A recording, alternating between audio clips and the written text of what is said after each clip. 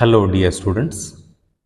Today we will study sonnet number 3 from the Amoretti sonnet sequence. This Amoretti sonnet sequence was written by Edmund Spenser. It was written in 1595. It contains 89 sonnets. All these sonnets are in praise of a lady named Elizabeth Boyle, whom Edmund Spenser loved and later married. All these sonnets describe, in fact, praise the beauty of Elizabeth Boyle, and at the same time, they express the love of Edmund Spenser on that lady. Throughout these sonnets, one can see or one can read the sonnets which are filled with elevated language. This use of elevated language was with a special intention to describe the overwhelming admiration of the beauty of that lady. It also involves Edmund Spenser's love towards that lady, wherein we find the title of the sonnet sequence itself. The title is Amoretti. The word Amoretti in Italian means love poems or little love poems, the expression of love. This sonnet, sonnet number 3 from the Amoretti sequence, has a very unique title. The title of this sonnet is The Sovereign Beauty. The very beginning of the poem has the word sovereign. Students, the word sovereign has many other synonyms. For example, majestic, royal, or heavenly. The beauty of that lady is described as the heavenly beauty, or the divine beauty, or the majestic beauty. If we read the first sentence, it has two different ideas. One is the description of that beauty of the lady, and the other is the admiration of the poet towards that beauty. The entire sonnet can be divided into three different ideas. The first one is the description of the beauty. Then the second part compares the beauty to different ideas. One is the light. The second one is the poetry of the poet himself. And at the end, the poet expresses his incapability to write the poem. So, at the end, he tells that he would write and describe the beauty in his mind. Students, let us begin by reading the first stanza today. The sovereign beauty which I do admire. The sovereign beauty, the beauty of that lady is so majestic. It is compared to divine beauty. And the writer writes that which I do admire. I admire that beauty. I love that beauty. The beauty is sovereign. I'll read again. The sovereign beauty which I do admire, witness the world, how worthy to be praised. This beauty, see, the poet himself is under a confusion. Which words are to be used to describe the beauty? The beauty is so worthy that the words fail to praise it. Witness the world, how worthy to be praised. The light whereof has kindled heavenly fire.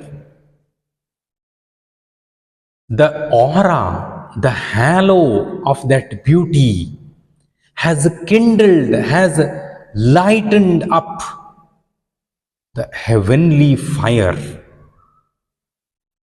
We can see that the poet is indirectly comparing the beauty of the lady with the heavenly fire.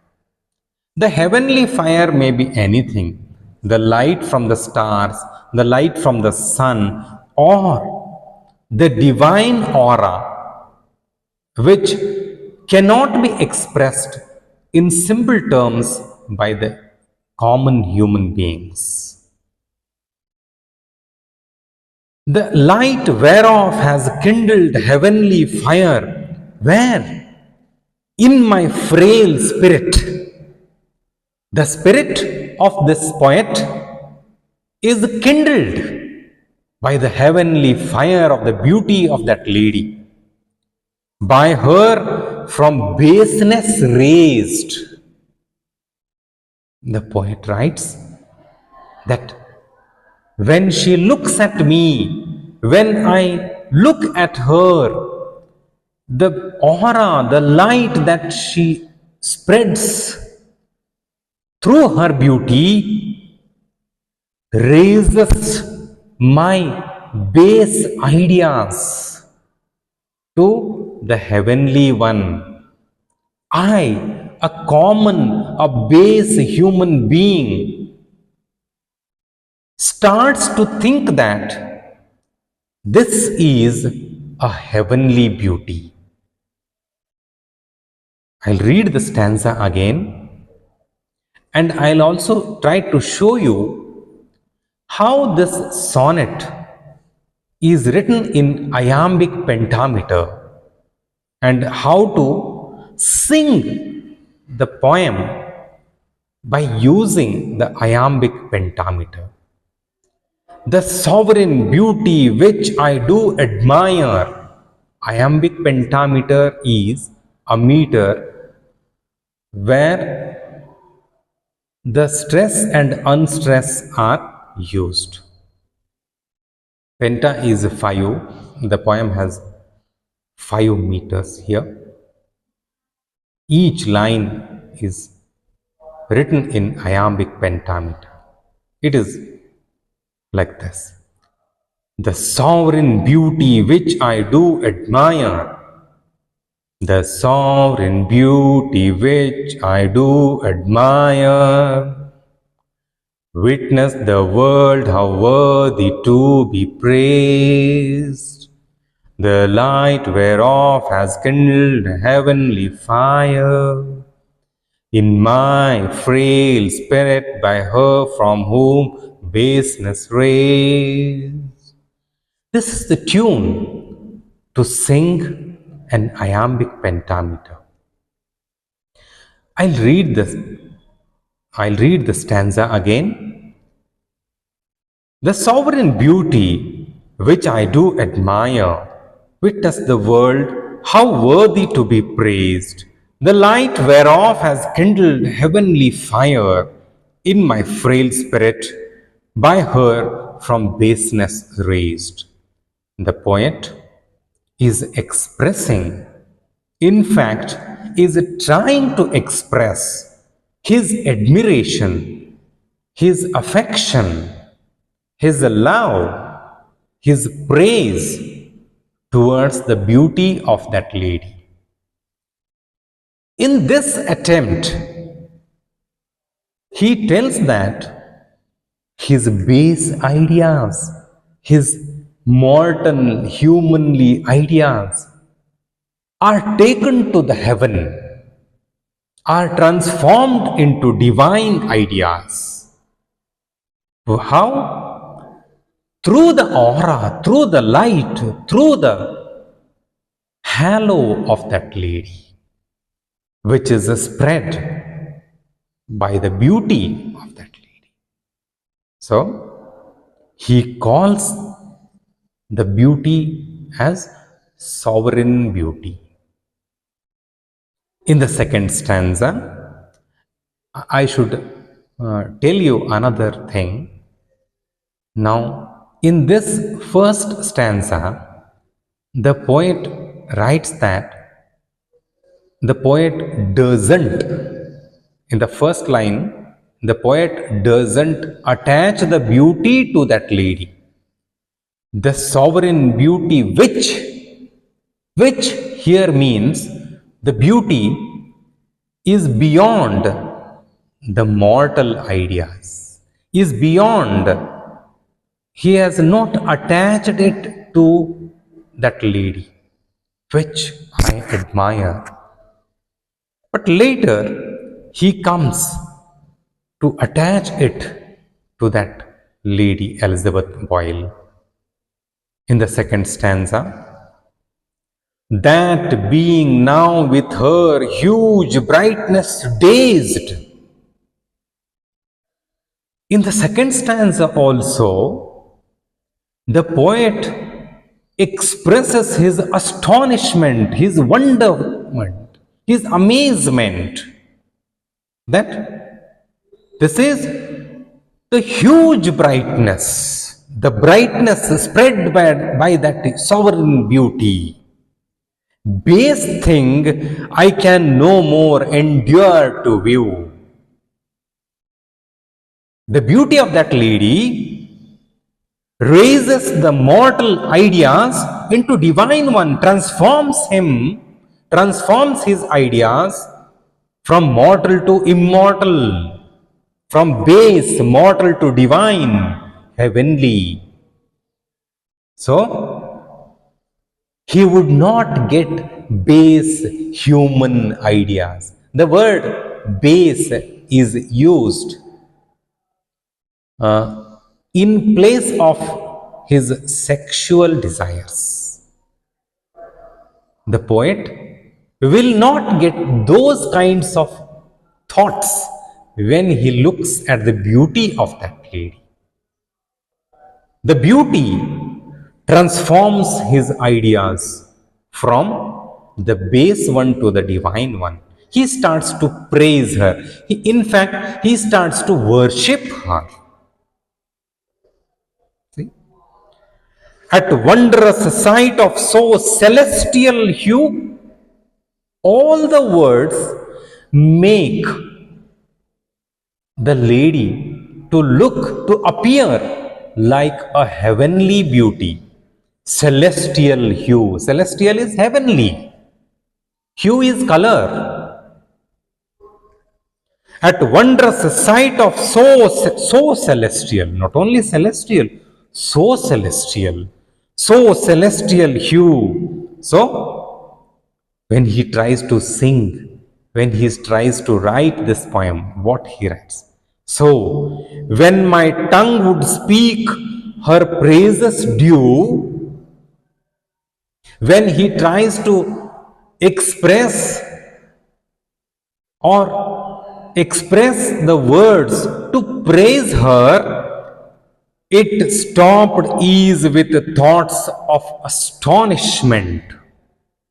He is so astonished that his words fail to express his love. He is baffled. He is confused. It stopped ease with thoughts astonishment, and when my pen would write her titles true, titles, the word titles means poems, songs, songs to be written in praise of that lady. See? And when my pen would write her titles true, it ravished ease with fancy's wonderment. His pen fails, his words fail, his ideas cannot begin to express. Why? Because the beauty of that lady is a wonderment, is an astonishment, is so heavenly, is so divine that a mortal cannot express all these things in the words either spoken or written. In the last couplet, the poet expresses his helplessness. The poet tries to tell that he has become helpless because he cannot speak of that beauty, he cannot write of that beauty, he could only think of that beauty. Yet, last line, yet in my heart I then both speak and write. In my heart I speak and write.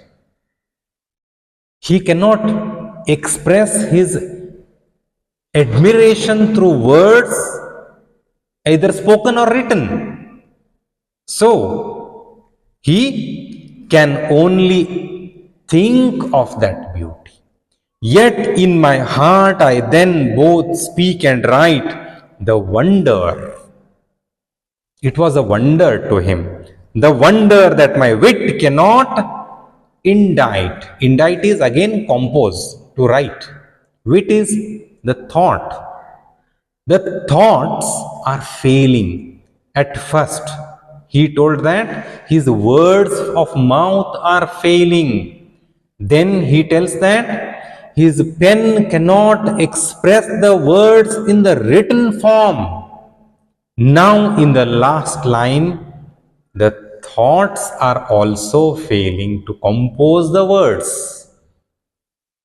This is how Edmund Spenser tries to express his love, his admiration towards the beauty of that lady, Elizabeth Boyle. Students, in this sonnet, we should be wondering about two things. One is the question that how beautiful that lady might be, that such a great poet Edmund Spenser is falling short of words to explain, to describe.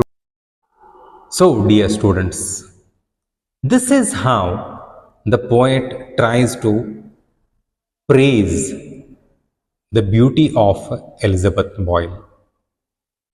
This sonnet is part of the sonnet sequence Amoretti written by Edmund Spenser. We all know that this sonnet sequence was written to describe, to praise the beauty of Elizabeth Boyle, as well as to express the admiration and love of Edmund Spenser on that particular lady. Students, we'll conclude this video, and in the next video, we'll try to make an analysis of this poem. Thank you.